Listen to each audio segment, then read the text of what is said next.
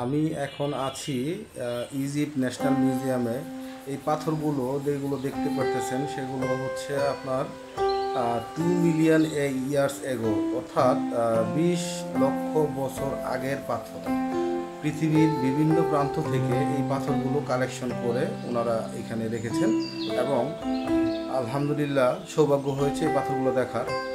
এই পাথরগুলো যে 2 মিলিয়ন আগের বছর আগের, এটা এখানে লেখা আছে। আপনারা একটু ভালো করে খেয়াল করলে বুঝতে পারবেন যে এখানে লেখা আছে যে এই স্টোনগুলো 2 মিলিয়ন ইয়ার্স এগো, অর্থাৎ 20 লক্ষ বছর আগের পাথর, যা এই ইজিপ্ট ন্যাশনাল মিউজিয়ামে রাখা আছে।